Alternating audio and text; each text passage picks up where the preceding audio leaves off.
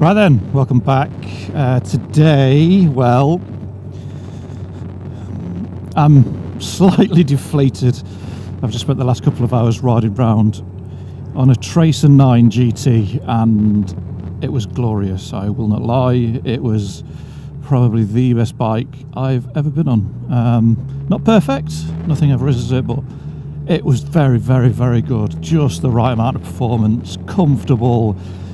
All the bits and bobs work. The screen's scrap, but other than that, it's pretty good. But in the meantime, whilst I work out whether I can afford one or not, we're going to go and have a bit of a play on my CB with its loud pipe, and it is loud. I don't normally go for mega loud bikes, but hey, why not? Loud pipes save lives and all that jazz. Yeah, so we're going to go and try and find a twisty road. It's not too busy, and we'll go up and down it a couple of times.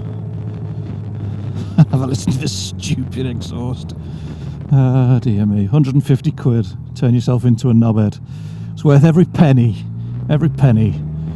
You sound like Aidstead now, because he sounds like a knobhead in his BMW. But yeah, we'll see. It's busy. It's Saturday afternoon. It's 5 to 3, and it is busy. Very, very busy. And loud. Very loud.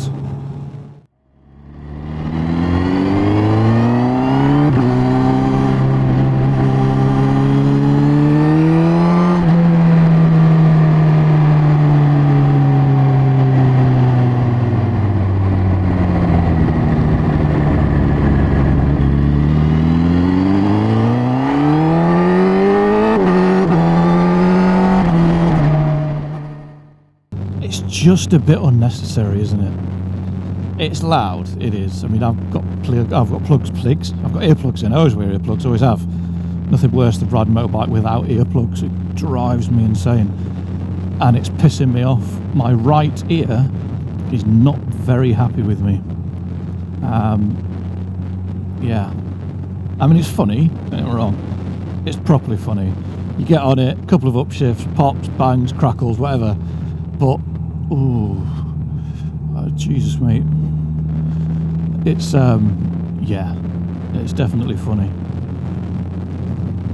This bike feels awful after that Tracer as well. I mean, it's fun, it's fast, the riding position's all over the shop. The Tracer riding position was just, it's just mint. Absolutely mint. No complaints. Feet position, seat position, bar position. I thought it was going to be a bit too city up, but it wasn't. It was absolutely mega. So yeah, it's a shame because we've just got this girl where we wanted us to be. Looking good, sounding good, handling good. She's not very good on fuel at the minute. Well, no, that's an understatement. She's absolutely shit on fuel at the minute. What can you do? Not a lot, I guess.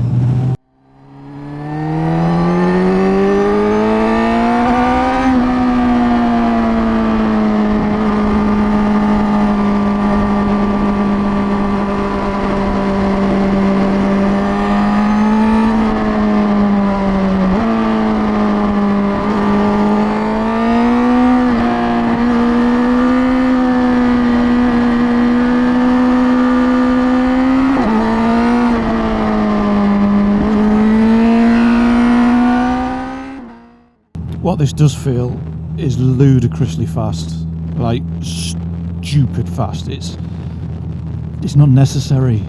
I say that about a lot of stuff. A lot of things I find in my life, I feel they are unnecessary. Like people with bad attitudes, people who drive along looking in the mirrors trying to control traffic, just piss off somewhere else and just go and ruin somebody else's day, because I have no time for stuff like that. Just look forward, get where you want to go. Like, don't try and ruin other people's day while you're at it. People with bad attitudes towards work, things like that. It's just, a lot of things in this world are unnecessary. How fast motorcycles are is probably top of that list. We don't need, nobody needs 160 horsepower. Nobody. I don't care what you say, what you think, how you feel. Nobody needs that much power. we are worse we are worse road users and worse motorcyclists because of the power. And that's not going to be a popular opinion. It's not. I don't care. It is a fact. 100% fact. 100 horsepower is enough.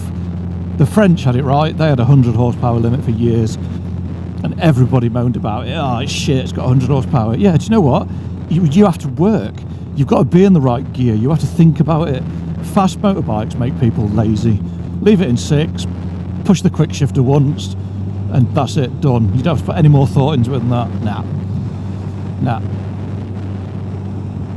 The 340 odd miles I spent on my wife's Street Triple 765 was the best 340 miles I've had on a motorbike for a long time. Not because the bike was any better to ride than this, not because it was more comfortable, it just engaged more.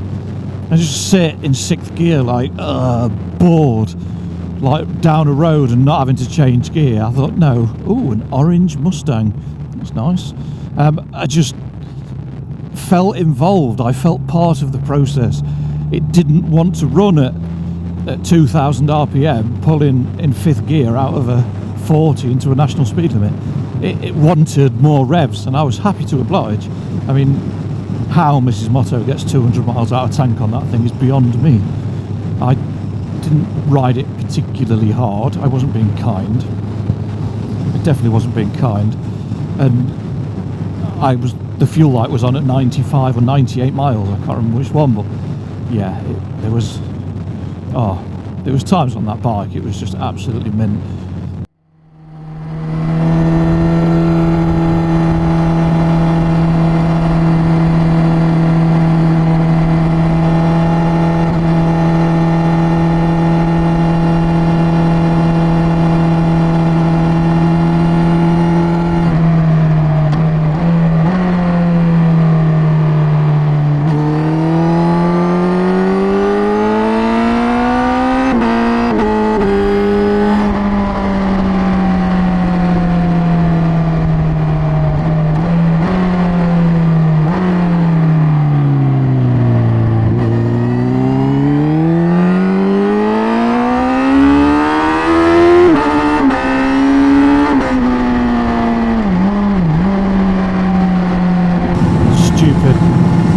Absolutely stupid.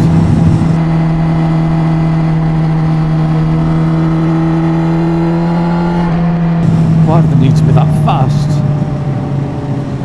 Don't get me wrong, if all roads were like that it would be awesome, but they're not. So you can't ride right like that all the time. The tank could be empty in about 20 minutes.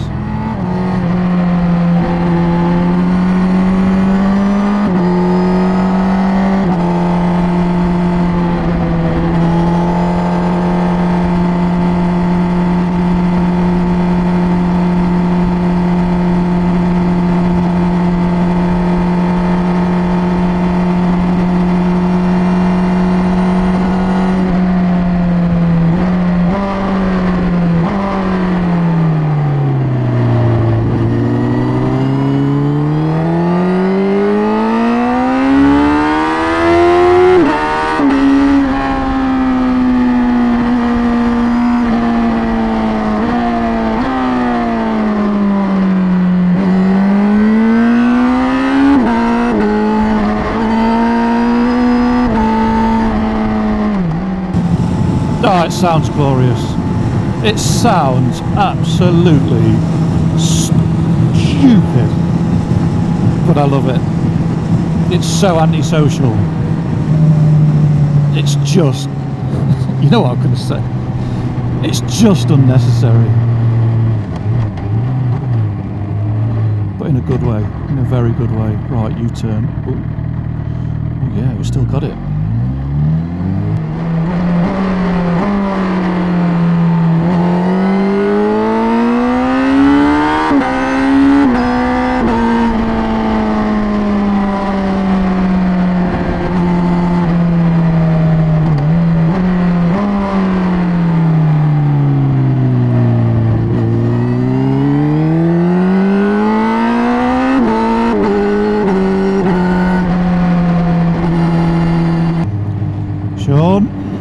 I don't think you're going to like this, mate. I know I'm anti-exhaust you are. I think it sounds awesome. Right, one last run, and then we'll go home.